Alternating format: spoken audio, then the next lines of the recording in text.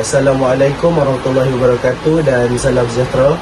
Nama saya Muhammad Afiful Haq bin Iskandar Syahsami. Nama metrik saya CN240143. Saya wakil daripada grup 1 untuk projek teknologi design projek yang dilaksanakan pada semester ini. Okay. Jadi tajuk projek kami adalah IoT Smart Roof for Automatic Environmental Control. Okey, jadi di sini kami telah siapkan desain projek kami yang berfungsi secara penuh. Jadi untuk yang pertama saya akan kenal pastikan setiap komponen yang berada pada projek kami. Okey, jadi bermula dengan input. Kami ada input yang pertama adalah rain sensor. Okey, jadi input yang kedua adalah DHT sensor. Okey, yang ketiga kami juga ada potentiometer yang berfungsi untuk mengadjust sensitivity. Okay. Jadi seperti anda boleh lihat, ini adalah potentiometer. Potentiometer ini berfungsi untuk melimitkan voltage, dan dalam projek ini dia mengawal sensitivity untuk kita punya rain sensor. Okay. Jadi ini adalah board ESP32 kami yang berfungsi sebagai microcontroller dalam projek ini. Okay. Jadi untuk output saya ada LED. LED 1 adalah LED hijau dan LED 2 adalah LED merah. LED hijau ni menunjukkan sistem sedang menunjukkan sunny day, iaitu dalam keadaan normal. Okey. Jadi untuk LED kedua adalah LED yang menunjukkan raining, iaitu LED merah. Okey, kami juga ada display LCD 16x2. Jadi untuk output yang terakhir kami ada servo high torque. Servo ini bertujuan untuk mengawal pembukaan dan penutupan bilah bumbung itu sendiri. Jadi saya akan beralih kepada demonstrasi projek ini berfungsi. Jadi ini adalah rain sensor.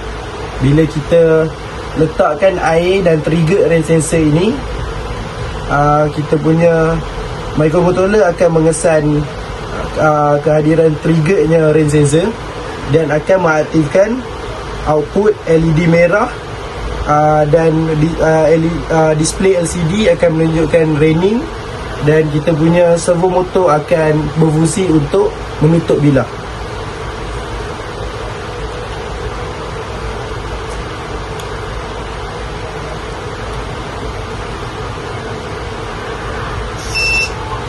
Okey, jadi seperti yang boleh lihat, LED menyala, display LCD raining dan juga bilah tertutup.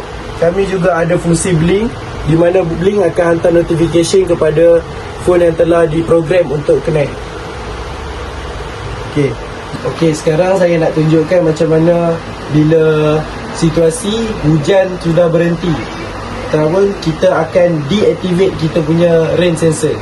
Okey, jadi sekarang seperti anda boleh lihat, rain sensor ada kehadiran air di sini.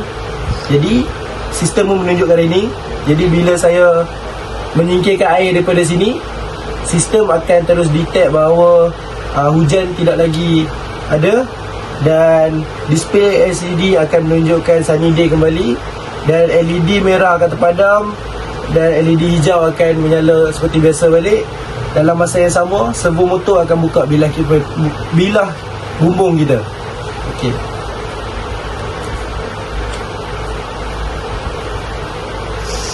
Okey, jadi seperti anda boleh lihat, bilah bumbung kita telah terbuka dan display seperti ini telah ditunjukkan.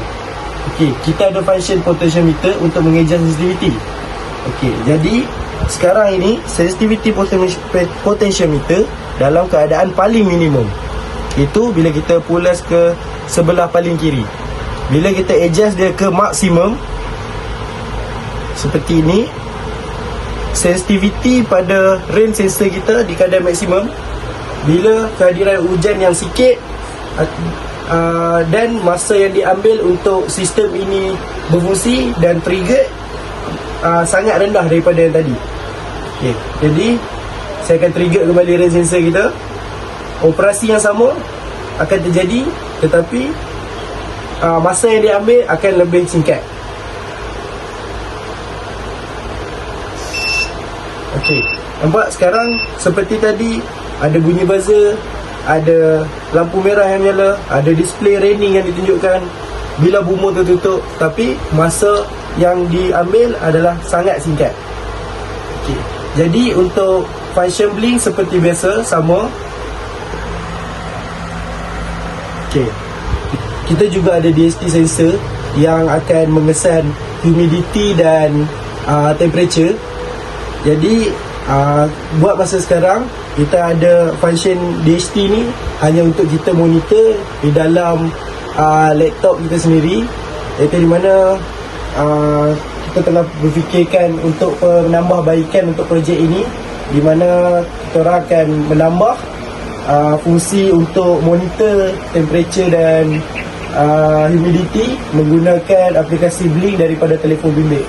Jadi ini memudahkan user untuk mengetahui jenis-jenis cuaca yang sebenarnya terjadi di satu tempat ataupun di rumah pemasangan tersebut.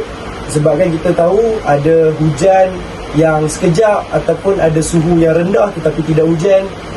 Dan selain itu, penambahbaikan lain yang dalam perancangan adalah untuk menambah kawalan secara automatik ataupun manual menggunakan telefon bimbit sahaja. Jadi sekian itu saja dari kami Grup 1 untuk Teknologi Design Project. Sekian, terima kasih.